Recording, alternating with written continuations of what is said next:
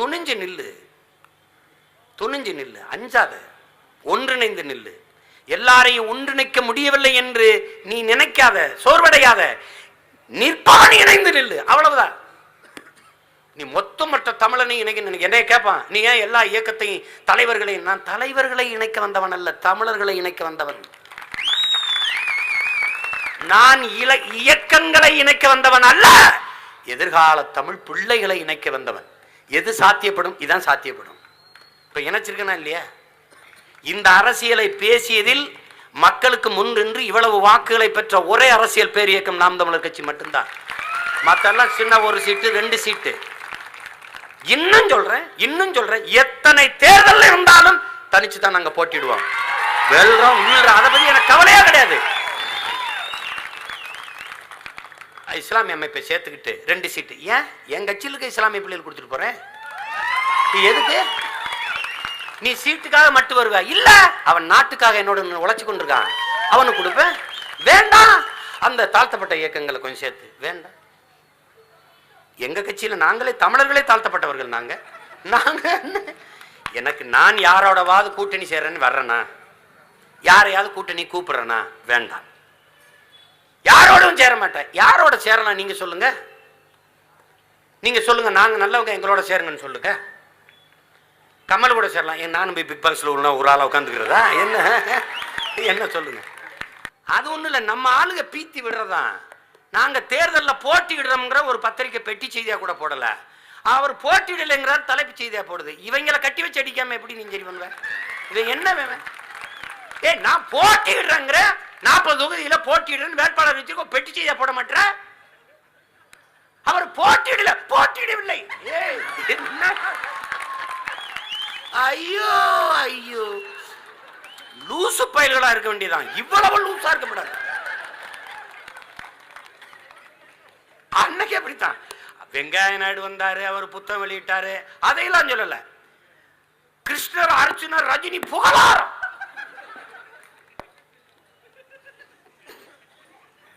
ஐயோ, நம்ம எவ்வளவு நல்லவங்களா இருக்கோம் பாத்தீங்களா? எப்படியெல்லாம் வாழ வேண்டியது இருக்கு இந்த பூமியில. எனக்கெல்லாம் ஒரே வருத்தம், என் முன்னோர்கள் இந்த கொடுந்துயரத்தில் எங்களை விட்டு போயிட்டாங்களே. சீச்சி, வெள்ளக்காரன் இங்கிலீஷ்காரன் இருந்து விடுதலை வாங்கி இந்த கர்மம் முடிச்ச இந்திக்காரங்கிட்ட அடிமையாக்கிட்டு அவன் சாத் மேக இதர் மேக என்னத்தையோ பேசிக்கிறான். அன்னைக்கெல்லாம் நாம சொல்லும் போது நம்பல, நம்மாலே பேசுறாரு. பீஃப் எக்ஸ்போர்ட் ஹே, இந்துஸ்தான் ஹே, நம்பர் 1. யார் பேசுறா? நாட்டின் பிரதமர். மாட்டுக்கறி ஏற்றுமதியில் இந்தியா நம்பர் 1 இருக்கிறது. நாங்க மாட்டுக்கறி தின்னா அடிச்சு கொள்றீங்களடா மானம் கட்டவங்கள. இந்த மாட்டுக்கறியை வித்து கொண்டு வந்த காசுல வாழ்றீங்களா? அது உங்களுக்கு கேவலம் மலையாடு. தற்கொலை பண்ணி செத்து போங்கடா, செத்து போங்க. நீங்க இல்லைன்னா போராட்டம் செய்யுங்கடா. மாட்டுக்கறி வித்த காசு வேண்டாம் சொல்லுங்கடா. நாடே பிச்சைக்கார நாடா போயிரும்டா. 24 லட்சம் டன் ஆண்டு ஒன்றுக்கு ஏற்றுமதி செய்து அதிக அந்நிய செலாவணியை ஈட்டி கொண்டு வர வர்த்தகமே மாட்டுக்கறி ஏற்றுமதி தான்டா. முட்டாள்கள், கேடு கட்டவங்க. ஏதோ அவன் ஒரு வேலையத்தை வெட்டி பையன், அவன் வீட்டில் ஒழுங்கா இல்லாம கடும் குளிரா இருக்குது. எதுக்கு அங்க போன ஒன்னு நான் கேட்கிறேன். எதுக்கு போன ஒன்னு யார் கேட்டது? கடும் குளிராக இருக்கிறது, எனக்கு இங்க சாப்பிட ஒண்ணும் இல்லை, செத்து போட. எதுக்கு போறாங்க? யார் போச்சு? அரிச்சு போ. அங்க கடும் குளிராக இருக்கிறது. நான் இதை பற்ற வைக்கவில்லை என்றால் நான் அப்படி விரைச்சு செத்து போவேன். வீட்டில் ஒழுங்கா பொண்டாட்டியோட இருந்தியா எதையாவது குழப்ப பிரச்சனை. காட்டுக்குள்ள போயிட்டு இந்த பூச்சி சிக்கிட்டுது சாப்பிட்டுக்கிட்டு அவர் நான் இப்போது விலங்குகள் அதிக நடமாடுகிற இடம், உறங்குவதற்கு ஒரு இடம் தயாரிக்க வேண்டும். இது சரியா இருக்கும். அந்த இதுல நம்மால் போறாரு. அங்க எவனோ ஒரு புகைப்படக்காரன் புலி இப்படி தலையில அடிக்கிற ஒரு படத்தை எடுத்துட்டான், வச்சுட்டான். அந்த படத்தை போட்டு நம்மால் இப்படி வர்றாரு. பார்த்து ஐயோ இவரா மாட்டுக்கு திங்க கூட அடம் பிடிப்பாரு. புலிக்கு மைண்ட் வாய்ஸ் போட்டு விட்டுருக்கான். எதுவுமே சீரியஸா இல்ல, எல்லாம் காமெடி, எல்லாமே காமெடி தான் இங்க நடக்கிறது. ஆனால் ரஜினிக்கு அந்த படத்தை பத்தி பேசுறது அது பெருமை. நீ பைபிள் வசனம், குரான்ல நபிகள் நாயகம் சொன்னது, பகவத்கீதை, இதுல வர்ற வசனங்களை பேச சொல்லு. ரஜினிகாந்த் படத்து வசனத்தை பேச சொல்லு. எதுல இவன் ஆர்வம் கொண்டு நிக்கிறான்னு நினைக்கிற? நீ பிரபாகரன், ரஜினி, விஜய், அஜித், மூணுல யார் முதன்மையானவங்க? இந்த பத்தியா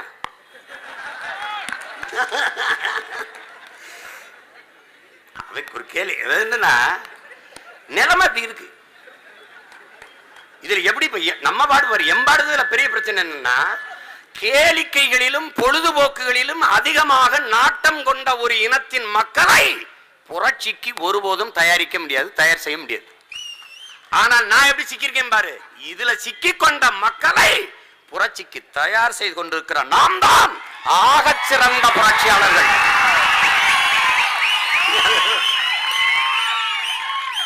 ஒரே ஆள் இங்க தங்கச்சியை பேசின மாதிரி 17 லட்சம் புரட்சிகர தீக்குச்சியில உருவாக்கி இருக்கான். 17 லட்சம். அதை ஒத்துக்கிறவே இல்லை. அதெல்லாம் பிரமாதமா போயிட்டு இருக்கு. நம்மது ஆயோ பிச்சு உதறிக்கிட்டு இருக்கு. இதுல எதையுமே தெரியாம ஒருவர் வெளிநாட்டுல சுத்திக்கிட்டு இருக்கிறாரு. இங்க இருக்கிற கிறிஸ்தவ இஸ்லாமியரெல்லாம் அடிச்சு கொண்டு வரணும். ஆனா பிரான்ஸுக்கு போய் அங்க ஒரு கிறிஸ்தவர்கிட்ட கை கொடுக்கறது, அங்கிருந்து அரபு அமீரகத்துக்கு பயணிக்க போறது, அங்க போய் ஷேக் அப்துல்லா ஷேக்குகள்கிட்ட கை கொடுக்கறது, இங்க வந்தா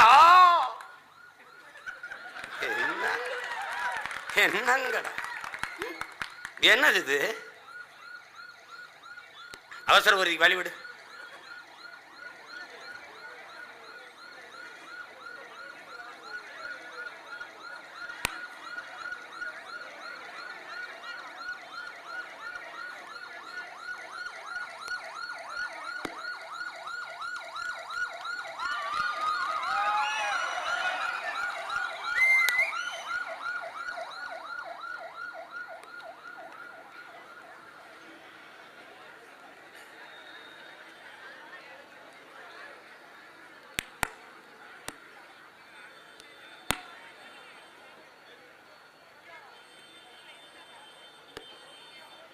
இந்த ஊர்தியில் வைத்து பல பேரை நம்மளை அனுப்பி வைக்க வேண்டியது இருக்குது.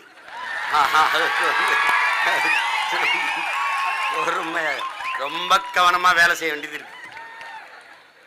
பாரு, ஒவ்வொருத்தரும் இந்த வலையொலியில இவங்க எல்லாம் எங்க இருந்தாங்கன்னு தெரியல. இப்ப திடீர்னு ஆம்பளை பொம்பளை எல்லாம் பயங்கரமா பேசுறாங்க. சாதி இருக்கு, நாங்க தான் உயர்ந்த சாதி, நாயிலே இருக்கு. அட நாயே, நாய்க்கு தெரியாதரா நான் நாயின்னு. என்ன கொடுமை! ஏய், இது நாய், இது பன்னி, இந்த பன்னி வெள்ளை பன்னி உயர்ந்தது, கரும்பன்னி தாழ்ந்ததுன்னு பன்னிக்கு தெரியாது. பன்னியே அதுக்கு பன்னின்னு பேர் வச்சது நான் தான், இதுக்கு நாயின்னு பேர் வச்சது நான் தான். இது கூட தெரியாத நாய்களுக்கு நம்ம என்ன விளக்கத்தை சொல்றது? இந்த உயர்ந்த சாதிக்காரன்ட்ட நமக்கு இருக்கிற பிரச்சனை ஒண்ணுதான். நீ எதுல உயர்ந்துட்ட சொல்லு. சரி, சண்டைக்கு வா, என்னை அடிச்சு வீழ்த்தி நீ ஜெயிச்சிரு, அப்பவாதும் இல்ல அறிவுல வா, இல்ல என்னை விட மோதி சிறந்த அறிவுல சிறந்தவன் உயர்ந்தவன் சொல்லு.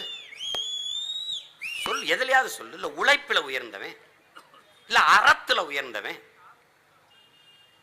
ஒரு வேலையும் செய்யறதில்ல. ஒரு வேலை. எங்கள் பறையன் தோட்டத்து பருத்தி தான்ப்பா பார்ப்பனன் தோல்ல பூணுலா இருக்கு ராஜா. நான் என் வியர்வையில் விளைந்த காய்கறிகள் தான், என் வியர்வை துளியில் விளைந்த நெல்மணிகள் தான் உலகத்தில் பல பேருக்கு பசியாற்றி கொண்டிருக்கிறது. நான் தீண்டத்தகாதவனடா, நான் தீண்டத்தகாதவன் அல்ல, நான் தாழ்ந்தவன் அல்ல, நான் தான் உலகத்திலே ஆக உயர்ந்தவன், ஆக சிறந்தவன். அதை தெரிஞ்சுக்கணும். இதெல்லாம் அதிகார திமிர் பேச்சு. ஆடுங்க ஆடுங்க. அருமை பெருமக்களே, முகலாய சாம்ராஜ்யம் சரிஞ்சிருக்கு, மௌரிய சாம்ராஜ்யம் விழுந்திருக்குது, சோழ பேரரசு விழுந்திருக்கு, பாண்டிய சேர பாட்டன்களின் அரசு விழுந்திருக்கு, விஜயநகர பேரரசுகள் விழுந்திருக்குது, பிரிட்டிஷ் சாம்ராஜ்யம் சரிஞ்சு விழுந்திருக்குது. எல்லாம் அழிஞ்சிருக்குது.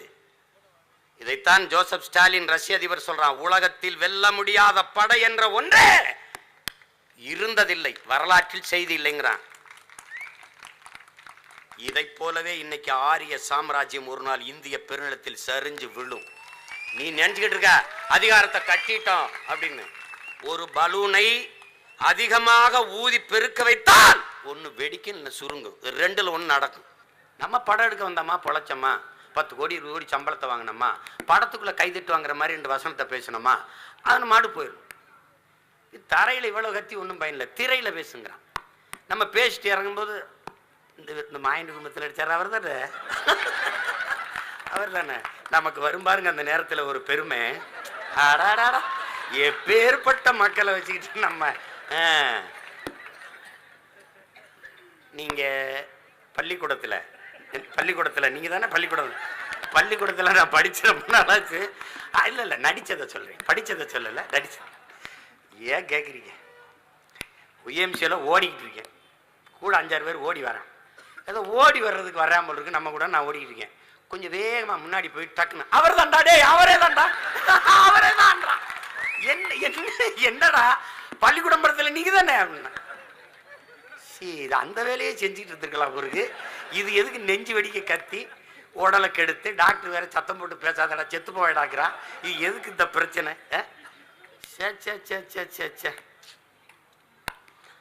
ஆனாலும் நாம விட்டு போறதல்ல.